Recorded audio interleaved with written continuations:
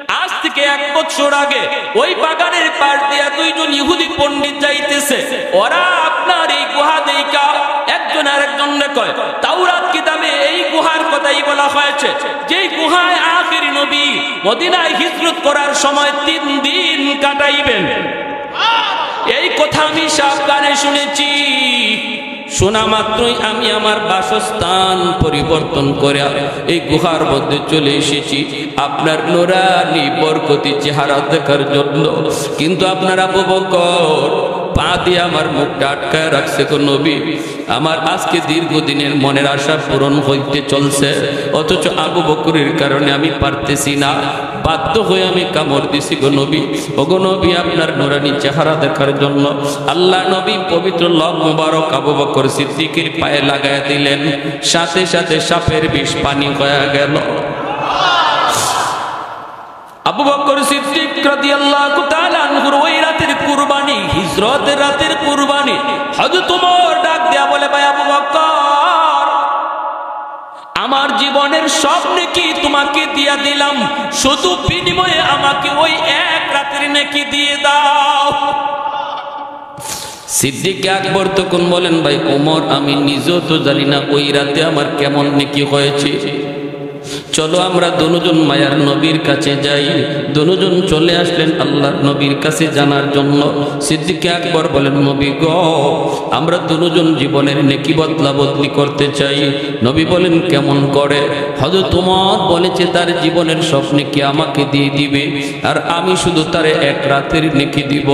আল্লাহর নবী তখন বলেন, আবু বকর, সেটা কোন রাত? বলতেই সিদ্দিক আকবর কয়, নবী গো, সেটা হলো আপনার সাথে হিজরতের রাত। আল্লাহর নবী রহমতের নবী বলে, আবু বকর, আমি কোনো ফয়সালা দিব না, আমি কোনো রায় দিব না রে আবু বকর। কারণ আমার মতে কার মন খুশি হয়, কার মন বেজার হয়? দুজন তো আমার মায়ার নবীর দুজন ঘনিষ্ঠ বন্ধু। একজন নবীর ডান হাত আর একজন নবীর বাম হাত। নবীদের কলিজার বন্ধু হলেন 2 জন। এই 2 বন্ধুকে নিয়ে আমার মায়ার নবী আজও মদিনায় রওজা আতহারে 2 বন্ধুকে পাশে নিয়ে নবী শুয়ে রইছেন। এজন্য মায়ার নবী কয়, আমি কোনো মত দিব না, তবে যে রাতের ফজিলতের কথা তুমি জানতে চাও এটা বলতে পারি রে আবু বকর। তোমার ওই 1 রাতের নেকি যদি 1 পাল্লায় রাখা হয়, শুধু তোমার ওই 1 রাতের নেকি যদি 1 পাল্লায় রাখা হয়, আর গোটা উম্মতের নেকি যদি 1 পাল্লায় রাখা হয়, তবুও তোমার পাল্লা ভারী হবে। ও উসমান, যদিও তুমি ধনী, দুনিয়ায় থাকতে জান্নাতের সার্টিফিকেট পেয়েছো, তোমার কাছ থেকে সহযোগিতার সাহায্য নিয়ে যে গরিব সাহাবীরা দুনিয়াতে চলছে, যারা তোমার সাহায্য পায়া চলছে, খাইছে, এরাও তুমি উসমানের 500 বছর আগেই জান্নাতে ঢুকবে। উসমান গনি রাদিয়াল্লাহু তাআলা আনহুর চোখ দিয়া দর দর করে পানি পড়ে, আর তিনি কাঁদেন, নবী গো, আমি তো আখিরাতের লাইনে প্রতিযোগিতায় জিততে চাই। দুনিয়ার সম্পদ যদি আমাকে যদি পিছনে ফেলায় দেয় জান্নাতে যাওয়ার প্রতিযোগিতায়, এই সম্পদ দিয়ে আমি কি করব গো নবী? সম্পদ আমি কমাবো কেমনে? আল্লাহর নবী কয়, সম্পদ কমবে না যতদিন পর্যন্ত তুমি দান সদকা বাড়াইবা।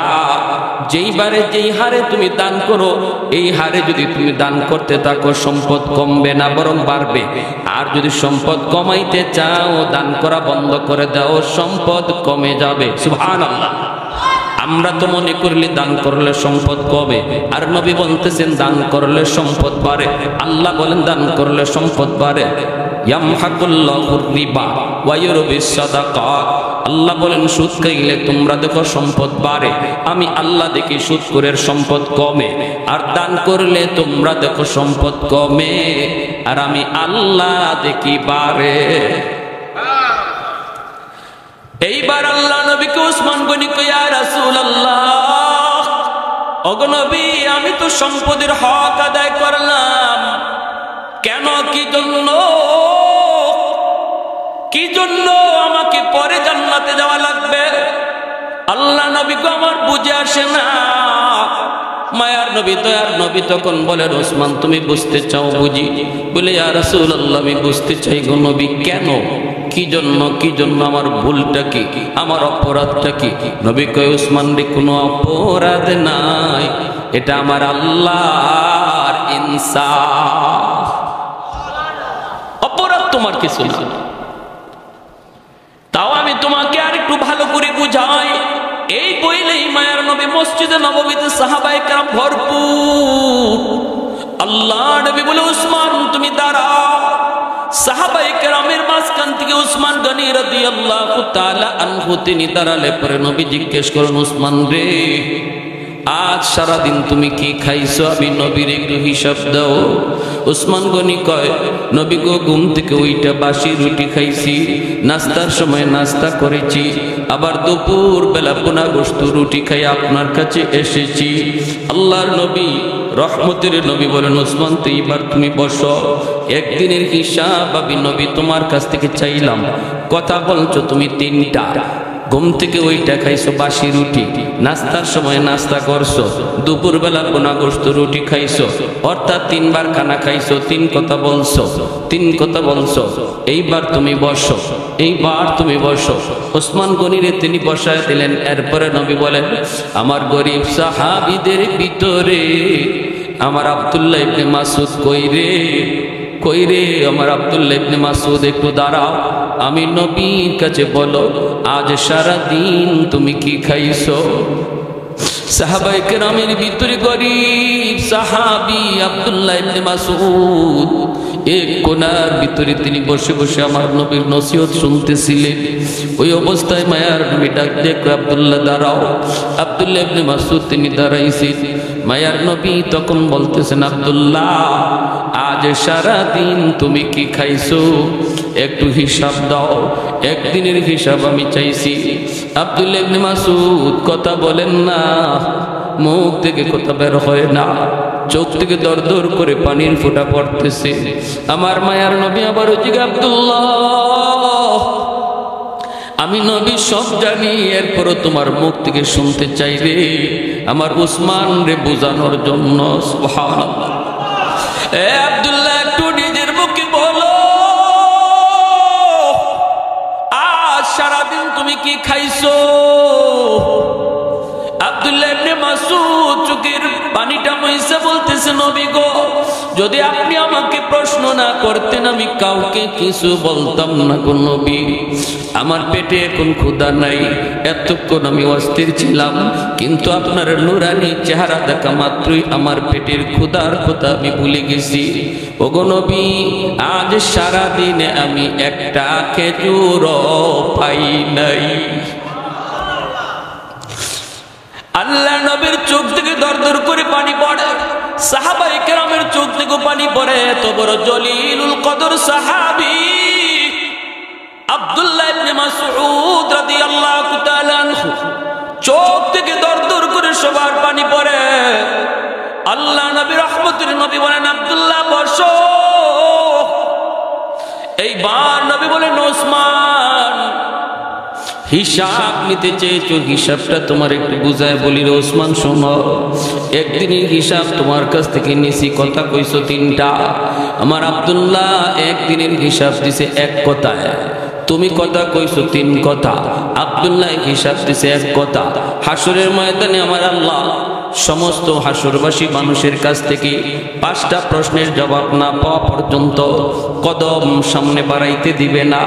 এর ভিতরে একটা প্রশ্ন হলো, বিমালিহি মিন আইনা ইকতাসাবাহু ওয়া ফিমা আনফাকাহু, সম্পদ তুমি কোন পথে কামাই করেছো, কোন পথে সম্পদ ব্যয় করেছ, এই হিসাবটা আল্লাহ সবার কাছ থেকে নিবে। ও ওসমান, সম্পদ তোমার বেশি হওয়ার কারণে আল্লাহ পাক যখন হিসাব নিবে, সম্পদ তুমি হালাল পথে কামাই করেছো, হিসাব তোমার ওয়াকে, কিন্তু বেশি হওয়ার কারণে টাইম লাগবে বেশি।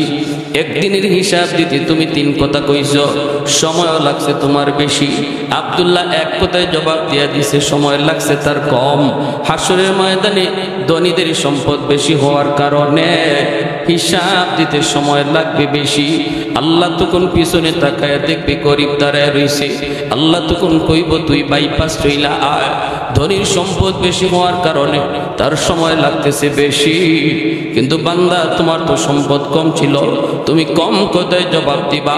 ধনীর পিছনে থাকলে তোমার কষ্ট হবে। আল্লাহ গরিবদেরকে বলবে বাইপাস হিসাব দিতে চলে আসো। গরিবরা বাইপাস আল্লাহর কাছে হিসাব দিয়া, অল্প সম্পদ অল্প কথায় জবাব দিয়া, তোমাদের হিসাব দেওয়ার টাইমের আগেই গরিব 500 বছর আগে জান্নাতে ঢুকে যাবে।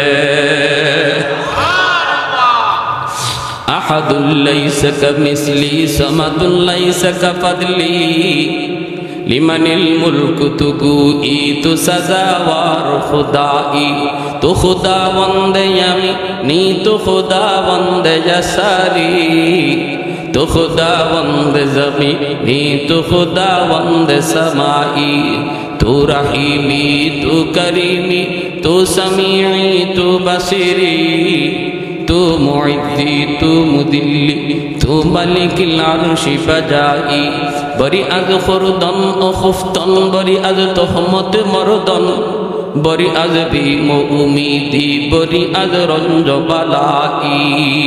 আল্লাহু আকবার। আলা ইন্না আউলিয়া আল্লাহ লা খাউফুন আলাইহিম ওয়ালা হুম ইয়াহজানুন আল্লাযীনা আমানু ওয়া কানু ইয়াত্তাকুন। এজন্য রে আমার ভাই বলতেছিলাম, আল্লাহ পাক কয় বান্দারে তুমি যদি মুত্তাকি হতে পারো, তোমার জীবনে কোনো ভয় নাই, কোনো চিন্তা নাই।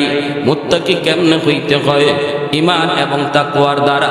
ঈমান এবং আল্লাহর ওলি কেমনে হইতে হয়? ঈমান আর তাকওয়ার দ্বারা। তাকওয়া কেমনে হাসিল করতে হয়? একটা আমল হলো পবিত্র রমজান মাসে রোজা রাখার দ্বারা। রমজানের রোজা রাখার দ্বারা রোজাদার তাকওয়াওয়ালা হয়। কি হয়? কাকে বলে? আল্লাহর ভয়ে গুনাহ ছেড়ে দেওয়াকে তাকওয়া বলে। আল্লাহর ভয়ে গুনাহ ছেড়ে দেওয়াকে তাকওয়া বলে। কেমনে রোজায় আল্লাহর ভয়ে গুনাহ ছাড়ায়? একজন রোজাদার দিনের বেলা দরজা বন্ধ করেও কখনো খায় না, পানি পান করে না। রোজাদার রোজা রাখলো শুধুমাত্র আল্লাহর জন্য রাখে, মানুষকে দেখানোর জন্য কোন রোজা রাখে না। যদি মানুষকে দেখানো তার উদ্দেশ্য হতো, তাহলে দরজা বন্ধ করে রোজাদার পানি খাইতে পারত, দরজা বন্ধ করে খানা খাইতে পারত, ঠিক না? কিন্তু প্রচন্ড তৃষ্ণা, এরপরও খায় না, পানি পান করে না। হাতের সামনে ঠান্ডা পানি, প্রচন্ড তৃষ্ণা, এরপরও না না। ভালো করে দেখতেছে দরজা বন্ধ, কেউ দেখবে না, কেউ দেখবে না। পানি পান কইরা দরজা কইলা মানুষের কাছে যাইয়াই নিজেকে রোজাদার প্রকাশ করতে পারবে, কেউ বুঝবেও না। ইফতারের সময় ইফতারে শামিল হবে, কেউ বুঝবে না সে রোজা ভাঙছে। এরপরও রোজাদার না না, এরপরও সে রোজা ভাঙে না। দরজা বন্ধ করো, পানি পান করে না। দরজা বন্ধ করো, পেটের খোদায় কিছু খায় না। শুধুমাত্র কারে ডরাইয়া? আর একটু জোরে কোন? কারে ডরাইয়া? আল্লাহ পাক রব্বুল আলামিন কয় বান্দারি রোজা তোমারে কি শিখায় গেল? রোজা তোমারে শিখায় গেল দরজা বন্ধ করলো আমি আল্লাহ দেখি, কেউ না দেখলো আমি আল্লাহ দেখি। রাতের অন্ধকারে কেউ না দেখলো আমি আল্লাহ দেখি।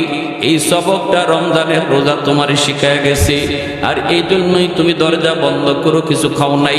অন্ধকার হয়ে গেছে, এরপরও কিছু খাও নাই। না না না না, তোমার দিলের ভিতরে ছিল আমার আল্লাহ আমাকে দেখে, আমার আল্লাহ আমাকে দেখে। আমার বয়ে তুমি হালাল জিনিস থেকে বিরতি ছিল, অথচ এই খানা 11 মাস তোমার জন্য দিনের বেলা খাওয়া বৈধ ছিল। পানি পান করো 11 মাস তোমার জন্য বৈধ ছিল। স্ত্রীর কাছে যাওয়া তোমার জন্য বৈধ ছিল। বৈধ জিনিসটাও আমি আল্লাহর ভয়ে তুমি পান করো নাই, আমি আল্লাহর ভয়ে তুমি খাও নাই। বৈধ কাজটা দেখো তুমি আমার ভয়ে দূরে ছিলা। এই রোজা তোমার শিখে গেছে বান্দা। এইবার তুই 11টা মাস আমার আল্লাহ যেই সমস্ত বিষয়গুলা অবৈধ করছে, যেই সমস্ত জিনিসগুলা তোমার জন্য হারাম করেছে, ওই হারাম বিষয়গুলা থেকে নিজেরে দূরে রাখো। কারণ রোজাতে তুমি শিখেছ, সবক দিয়েছ, সব অবস্থায় আমার আল্লাহ দেখি। অতএব প্রয়ারের নিজ দেওয়া সুদ খাওয়া যাবে না, ঘুষের টেকা নেওয়া যাবে না, অন্ধকার হইল জিনা বেবিচার করা যাবে না, অন্ধকার রাতের রজনীতে কারো ডাব চুরি করা যাবে না। এই সবকটা রোজা তোমারে শিখায় গেছে, ঠিক না ভাই? আল্লাহর ভয়ে গুনাহ ছেড়ে দেওয়ার অভ্যাস রমজান শিখায় যায়। এই মুহূর্তে যদি আমি আপনার নিয়ত করি যে আল্লাহ আমি জীবনে আর গুনাহ করব না, যদি দিলে দিলে বলি আল্লাহ আমার উপর খুশি হয়ে যাবে। যেরকম সুবহানাল্লাহ। কারণ আল্লাহ পাক রব্বুল আলামিন দিলের খবর জানেনি না জানে না। আমার তওবার জন্য এমপির কাছে যাইতে হবে না, চেয়ারম্যানের হাত ধরা লাগবে না, ইমাম সাহেবের হাত ধরা লাগবে না, আমাকেও শোনায় আপনার গুনার কথা বলতে হবে না। যুবক, একবার যদি তুমি বলো মালিক ওই তো ওই দিন মাত্র বন্ধুর সাথে একসাথে ঘুরলাম, একসাথে খানা খাইলাম, বন্ধুর সাথে একসাথে স্কুলে গেলাম, কলেজে গেলাম, আজকে বন্ধুর খবর পাইলাম বন্ধু মারা গেছে, খবর পাইলাম লেখাপড়ার সাথীটা কবরে শুয়ে রয়েছি, জানি না মালিক কোন দিন আমার কাছে মালাকুল মউত আসে। আল্লাহ এই মুহূর্তে আমি কাটি দিলে তওবা করলাম, আর জীবনে তোমাকে নারাজ করবো না, আর কোনোদিন রোজা ভাঙবো না, আর কোনোদিন রোজা আমি নামাজ ছাড়বো না। এই কথাটা যদি আমি আপনি দিলে দিলে বলতে পারি আল্লাহর গোলাম, কাউকে শোনাইতে হবে না। আল্লাহ পাক মুহূর্তের ভিতরে আমার নাম বসার আগে ছিল গুনাহগারের খাতায়, এই দিলে দিলে তওবা করার সাথে সাথে আল্লাহ নাম উঠায় দিবে আল্লাহর ওলির খাতা। আত-তাইবু মিনাদ যামবি কামান লা যামবা লা, তওবাকারীর তওবা এমন ভাবে আল্লাহ কবুল করে নেয় যেন তার আমল নামায় কোনো গুনাহ নাই। রে যুবক, শুধু গুনাহ নাই বিষয়টা এমন নয়, বরং গুনার জায়গাটা আল্লাহ নেকি দিয়ে ভরপুর করে দেয়। ইল্লা মান তাবা ওয়া আমানা ওয়া আমিলা আমালান সালিহা ফাউলাইকা ইউবাদদিলুল্লাহু সাইয়্যাতিহিম হাসানাত। আল্লাহ পাক বলে তওবার খাতিরে আল্লাহ পাক তওবাকারীর পিছনের গুনাহ যদি পাহাড় পরিমাণ হয়, আল্লাহ পাহাড় পরিমাণ নেকি বানায় দেয়। তওবার খাতিরে তওবাকারীর পিছনে যদি গুনাহ তার সাগর পরিমাণ হয়, আল্লাহ নিজে বলেন সাগর পরিমাণ নেকি বানায় দেয়। তওবার কারণে গুনাহ পাহাড় পরিমাণ হলে পাহাড় পরিমাণ নেকি হয়ে যায়। আবু বকর সিদ্দিক রাদিয়াল্লাহু তাআলা আনহু হযরত ওমর ফারুক রাদিয়াল্লাহু তাআলা আনহুকে এই আয়াতের উপরে দলিল দিয়ে বলতেছেন, ভাই আবু বকর, ভাই ওমর, আমি আবু বকরের মন বলে তুমি উমরের জীবনের নেকি আমি আবু বকরের চেয়ে বেশি। আরো আস্তে কোন সুবহানাল্লাহ। কথাটা বুঝছেন নি?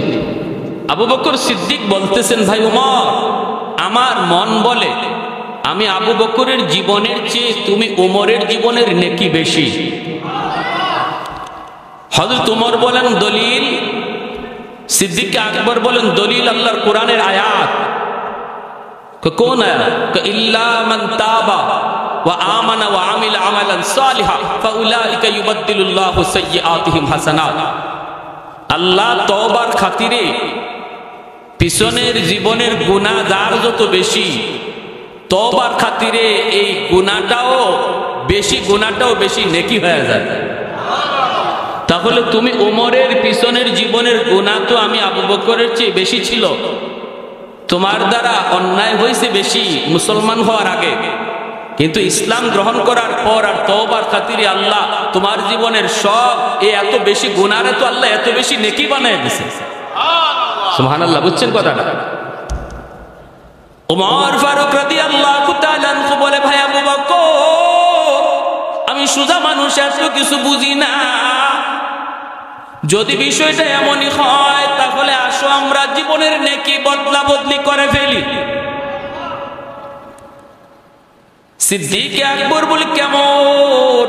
হযরত ওমর বলেন আমি আমার জীবনের সব নেকি তোমাকে দিয়া দিব, আর তুমি শুধু তোমার জীবনের সব নেকি লাগবে না, শুধু এক রাতের নেকি আমাকে দিয়ে দাও। সিদ্দিক আকবর বলি ভাই ওমর, সেটা কোন রাতের কথা তুমি বলছো? হযরত ওমর ফারুক রাদিয়াল্লাহু তাআলা আনহু বলে, ভাই আবু বকর, ওই রাতটা হলো আমার মায়ার নবীর সাথে হিজরতের রাত। ওই রাত, যেই রাতের জন্য তুমি 40টা রাত ঘুমাও নাই, দরজার পাশে মাথা রেখা কান খাড়া কইরা রাখছিলা। কখন জানি আমার মায়ার নবী তোমাকে এসে ডাক দেয়। এই ডাক্তার অপেক্ষায় তুমি 40টা রাত তুমি ঘুমাও নাই রে আবু বকর, দরজার পাশে কান খাড়া করে রাখছো। এই অবশেষে সেই রাত আসলো, আমার নবী তোমাকে ডাক দিলেন, সাথে সাথে তুমি দরজা খুলে দিলা। নবী জিজ্ঞেস করলেন, আবু বকর তুমি কি ঘুমাও নাই? এত তাড়াতাড়ি দরজা খুললা কেমন করে? সিদ্দিক আকবর চোখের পানি মুছে আর কই, নবী গো, আজ থেকে 40 দিন আগে আপনি বলেছিলেন আবু বকর কোন এক রাতে তোমাকে নিয়ে হিজরত করব। এতটুকু কথা বলার পর থেকে আমি আবু বকর আজকে 40টা রাত হয়ে যায় আমি ঘুমাই না। কখন জানি আমার মায়ার নবী দয়ার নবী এসে আমাকে ডাক দেয়, আমার দরজা খুলতে আমার জানি কখন দেরি হয়ে যায়। এরপরে তুমি আমার নবীকে নিয়ে রওনা দিয়েছ। যাইতে যাইতে তোমরা গারে সুরের মধ্যে অবস্থান করবা। গারে সুর হলো এমন একটি উঁচু পাহাড়ের উপরে গর্ত, এই গর্তের উপরে উঠবা। এই গর্তের ভিতরে নবীকে নিয়ে তুমি আত্মগোপন করবা। কিন্তু এই গর্তে আত্মগোপন করার আগে তো পাহাড় পাইতে হবে, পাহাড় বেয়ে তো উপরে উঠতে হবে। এত উঁচু পাহাড় আজও যারা মক্কা মদিনায় গেছেন রে ভাই, মক্কা শরীফ থেকে আপনাকে যখন জাবালে রহমত, জাবালে সুর, গারে সুর, গারে হেরা যখন জিয়ারা করতে নেই, তখন অনেকেই হয়তো দেখেছেন গারে সুর। এত উঁচু পাহাড়, এত উঁচু পাহাড়ের উপরে সেই গুহা, এই গুহার মধ্যে এখনো কোনো মানুষ সাহসে উঠতে পারে না। যাদের অতিরিক্ত সাহস তারা বায়ে বায়ে কোনো রকম উঠে যায়, অনেকেই সাহস করে না। গারে হেরাতে কোনো রকম সাহস করে উঠা যায়, কিন্তু গারে সুরে উঠা যায় না। আমি তো 3 বার আল্লাহ পাক নেওয়াইছি, একবারও গারে সুরে উঠতে পারি নাই, সাহসী করতে পারি নাই। যদিও সৌদি সরকার এখন রাস্তা করে দিয়েছে, গোড়ায় গোড়ায় রাস্তা করে দিয়েছে, জায়গায় জায়গায় তোমার জন্য পানির ব্যবস্থা আছে, জুসের ব্যবস্থা আছে, এরপরও সাহস হয় না। হযরত ওমর ফারুক রাদিয়াল্লাহু তাআলা আনহু বলতেছেন, ওই সময় তো এমন রাস্তাও ছিল না, শুধু একটা পাথরের উপরে আরেকটা পাথর লাগানো। পাথর পেয়ে সেই পাহাড়ের উপরে ওইটা গাড়ের মধ্যে অবস্থান করতে হয়েছে। আবু বকর সিদ্দিককে হযরত ওমর ডাক দেয়া বলে, ভাই আবু বকর, ওই পাহাড়ের কিনারায় যায় তুমি আমার মায়ার নবীকে বলেছিলে, নবী গো, পাহাড়টা অনেক উঁচু গো নবী, আপনি পাহাড় বেয়ে বেয়ে উঠতে আপনার বড় কষ্ট হবে, আপনি কষ্ট করবেন না গো নবী, আপনি আমার পিঠে উঠুন। আমার মায়ার নবীর নিজের পিঠের মধ্যে উঠাইয়া আর পাথর বায়া বায়া নবীকে কান্দে লইয়া তুমি পাহাড়ের উপরে উঠছিলা। ওই গুহার কিনারায় যাইয়া তুমি নবীকে বলেছো, নবী গো আপনি আগে ঢুকবেন না, আগে আমি ঢুকবো, দেখবো গুহার ভিতরটা নিরাপদ কিনা। যদি হিংস্র কোনো জীব জানোয়ার থাকে, ক্ষতি হয় আমি আবু বকরের হয়ে যাক, প্রাণ যায় আমি আবু বকরের যাক, অসুবিধা নাই। কিন্তু আপনার যদি কোনো ক্ষতি হয়, উম্মত সেই ক্ষতিপূরণ কোনোদিন দিতে পারবে না।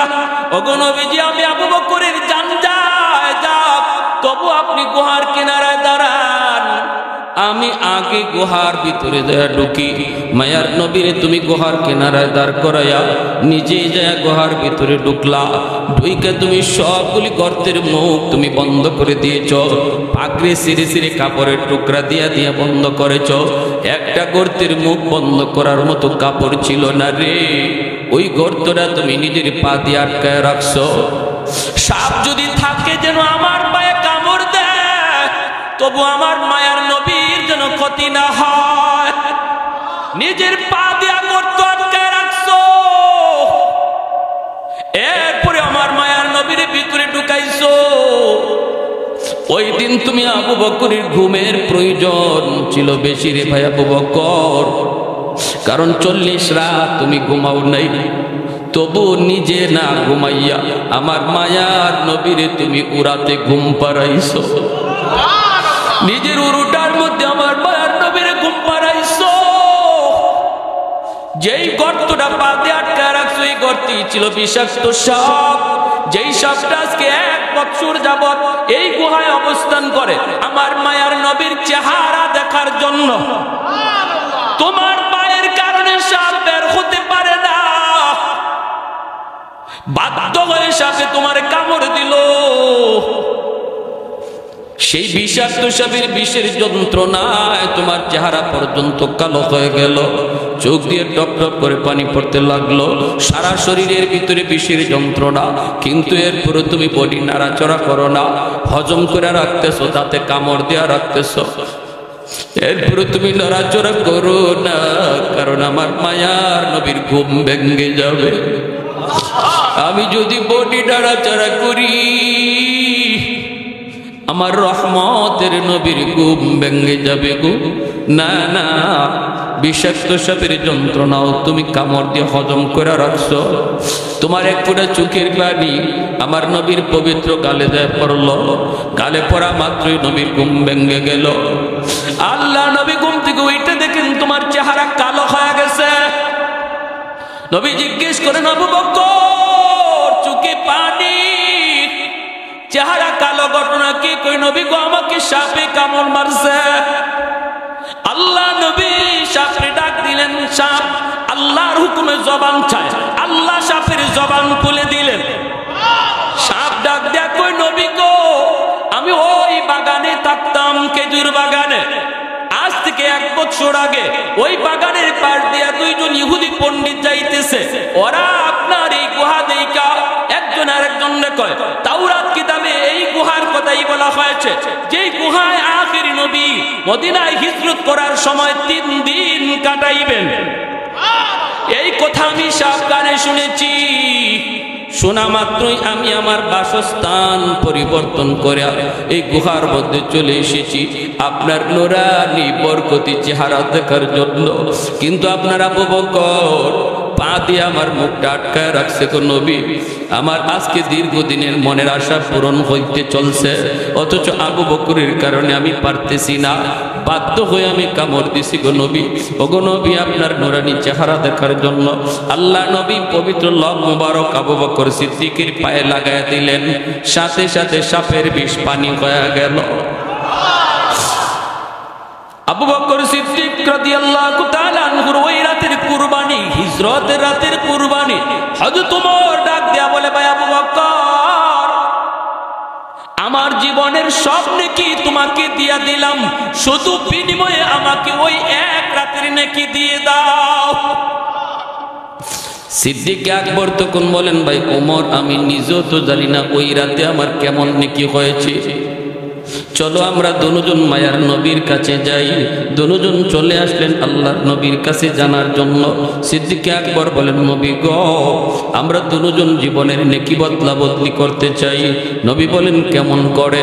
হযরত ওমর বলেছে তার জীবনের সব নেকি আমাকে দিয়ে দিবে, আর আমি শুধু তার 1 রাতের নেকি দিব। আল্লাহর নবী তখন বলেন, আবু বকর সেটা কোন রাত? বলতেই সিদ্দিক আকবর কয়, নবী গো সেটা হলো আপনার সাথে হিজরতের রাত। আল্লাহ নবী রহমতের নবী বলে, আবু বকর আমি কোনো ফয়সালা দিব না, আমি কোনো রায় দিব না রে আবু বকর, কারণ আমার মতে কার মন খুশি হয় কার মন বেজার হয়। দুজন তো আমার মায়ার নবীর দুজন ঘনিষ্ঠ বন্ধু, একজন নবীর ডান হাত আর একজন নবীর বাম হাত। নবীদের কলিজার বন্ধু হলেন 2 জন। এই দুনু বন্ধুকে নিয়ে আমার মায়ার নবী আজও মদিনায় রওজা আথারে 2 বন্ধুকে পাশে নিয়ে নবী শুয়ে রইছেন। এজন্য মায়ার নবী কয়, আমি কোনো মত দিব না, তবে যে রাতের ফজিলতের কথা তুমি জানতে চাও এটা বলতে পারি আবু বকর। তোমার ওই 1 রাতের নেকি যদি 1 পাল্লায় রাখা হয়, শুধু তোমার ওই 1 রাতের নেকি যদি 1 পাল্লায় রাখা হয়, আর গোটা উম্মতের নেকি যদি 1 পাল্লায় রাখা হয়, তবুও তোমার পাল্লা ভারী হবে। सिद्दीक तेरा नाम से इस्लाम रहेगा,